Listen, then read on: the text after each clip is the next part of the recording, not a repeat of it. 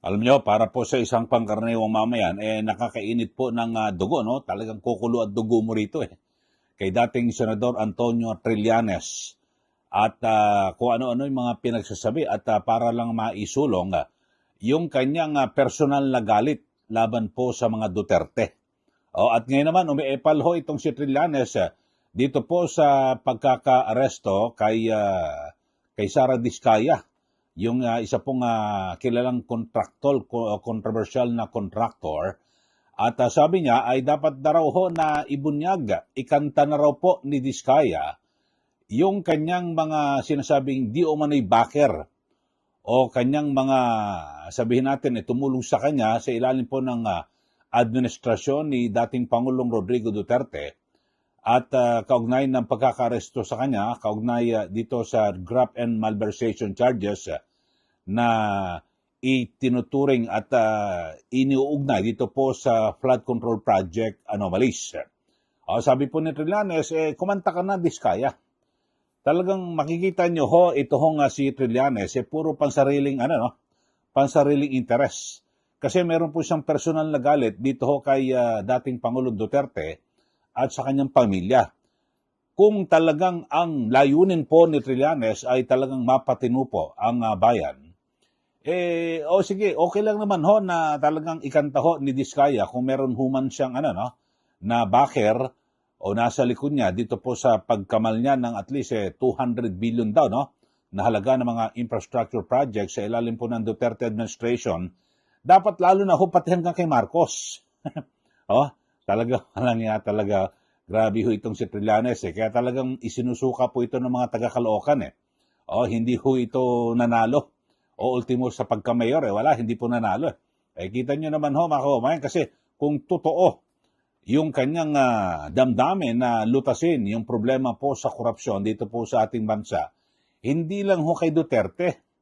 Sa panahon po ni kahit pa nakaraan, Macapagal Arroyo, di ba? Noynoy Aquino, Duterte at ngayon hanggang Marcos, di ba? Mas matindi ho ang sinasabing korupsyon. Grabe ito, panoorin natin itong interview kay Ginoong Trillanes, dating pong senador, at yung kanyang yung talagang, ba tawag rito? Talagang siya yung gigil na gigil ho, at yung personal niya po na galit. Siguro sa mga ganitong pagkakataon, yung ating mga kaubayan, naku, wag na ho pababalikin nyo ito sa pwesto sa gobyerno, ngayon lang ho, sabagay, sa Caloocan nga, hindi na pumasa. Baka kahit barangay captain, hindi ho na ito mananalo. Ito, panoorin niyo mga kaubayan, ito pong si dating Senador Antonio Trillanes, kaugnay ng kanyang reaksyon dito po sa pagkaka-aresto kay Sara Diskaya. Ito po. Let's make the most out of the time that we have. First, Sara Diskaya, now in jail for the alleged 96.5 million ghost flood control project in Davao Occidental. And you have dared her to name itong Duterte-era backer who helped them secure more than 200 billion in government contracts. Can you tell us more about this, Senator? Yes, kagaya lang nitong kaso kung saan siya ay nakakulong, imposibleng nakuha niya yan nang walang politikong proponent. Meron at merong kumita dyan. That's why kumita na politiko, kaya niya nakuha yung proyekto niya. Kasi yan si Diskaya,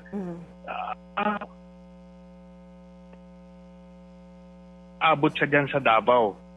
Kaya kung makikita natin, ng mga kababayan natin, from 2017 hanggang 2022, umabot ng 200 billion pesos ang mga kontratang na corner niyan ni Diskaya.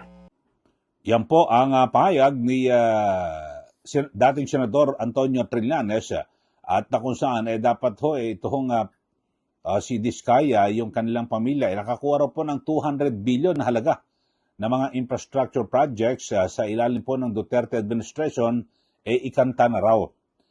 Pero kung talaga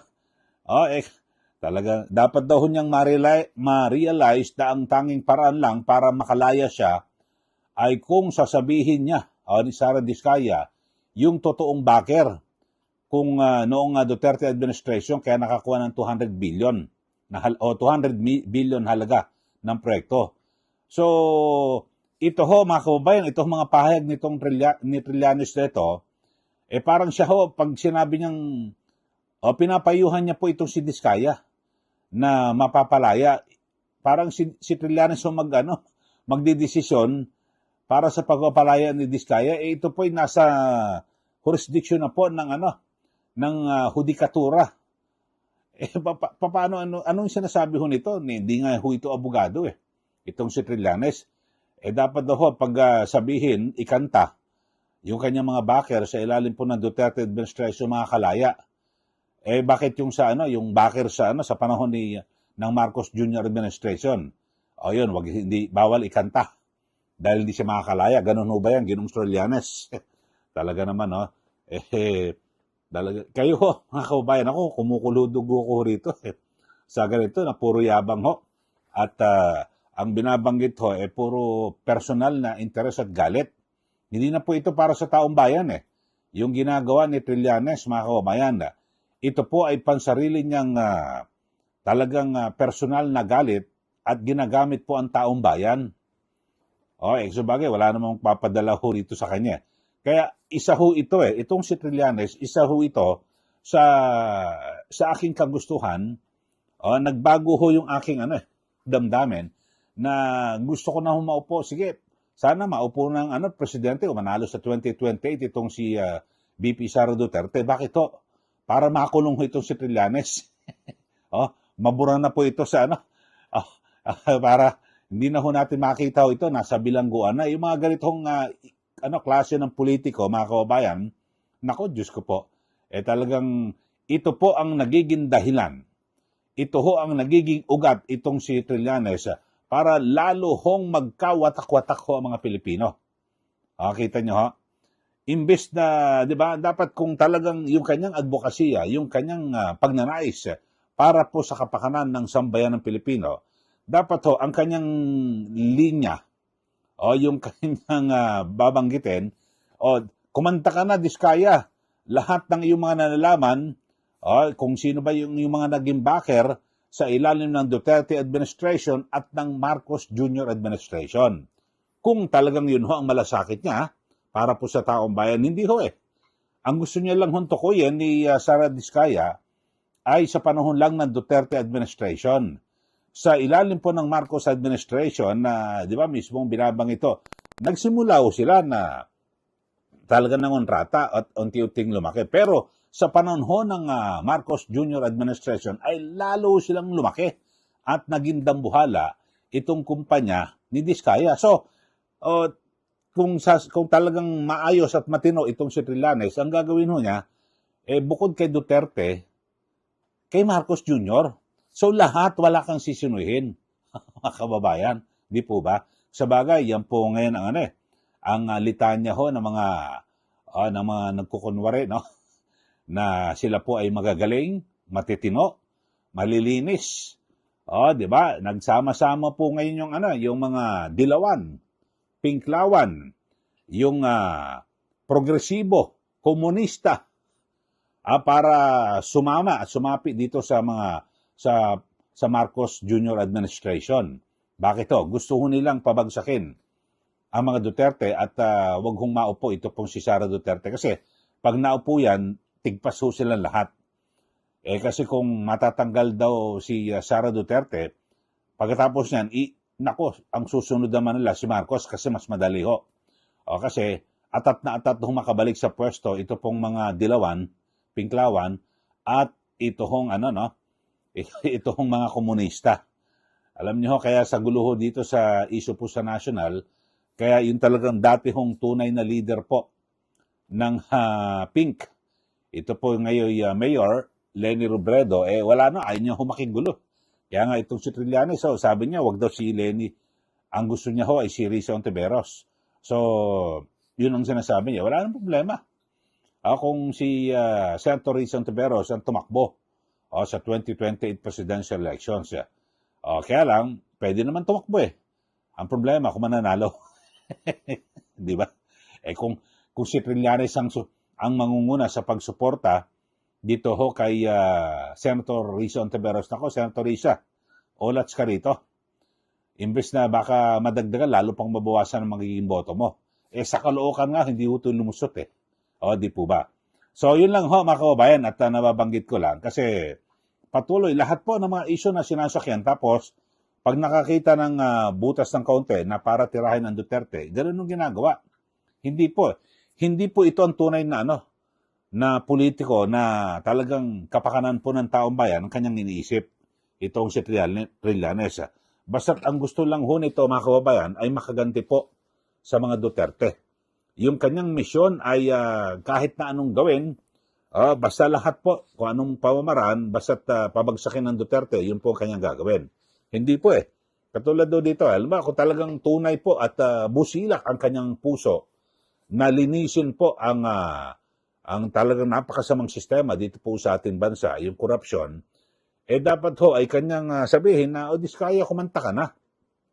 Sino ba bakir mo sa ilalim ng Duterte administration at ng kasalukuyang Marcos Jr. administration? Yun pero gusto nyo lang Duterte. Ay, Diyos ko pong buhay talaga naman to si Trillanes na to. Bayan. Sabagay, huwag ka nang babalik sa Senado. Bagay, kahit na gusto mong kumandidato, ewan ko lang kung mananalo ka pa. Talagang matatawa ka na lang ho, mga kababayan, sa mga sinasabi ho nito, no? Ni Trillanes, talagang gigil na gigil ho siya. Kaya ako naman, dahil sa mga ginagawa ito, gusto ko maupo. Kung hindi man nga, kung wala mangyari sa 2028 elections, si Sara Duterte para tapos hilingin ho ng lahat na unang ikulong itong si Trillanes. Para matahimik ho ito sa bilangguan, di pa? At wag na ho siyang makapagbigay pa ho ng mga problema sa mamamayan para pagwatak-watakin ng mga Pilipino, di po ba? Kasi kung ikaw ay isang matino na politiko, nagkakagulo ho ang mga Pilipino ho ngayon Hating-hati ho, di ba? May mga taga-suporta ng mga Duterte. Pero mas maraming supporters po ang mga Duterte, no?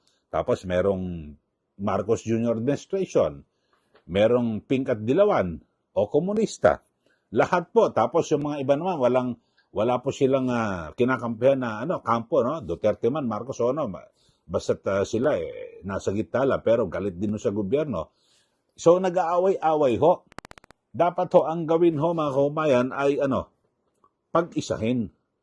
Mga kababayan, tayo po ay para sa lahat, para sa katotohanan at katarungan. So lahat ng mga administrasyon, sigilin natin. Sa Duterte, ikaw Diskaya, kumita ka ron. Ibunyag mo na, ikanta mo na kung sino. Kumita ka rin dito sa Marcos Jr. administration, sino ang iyong kasabwat.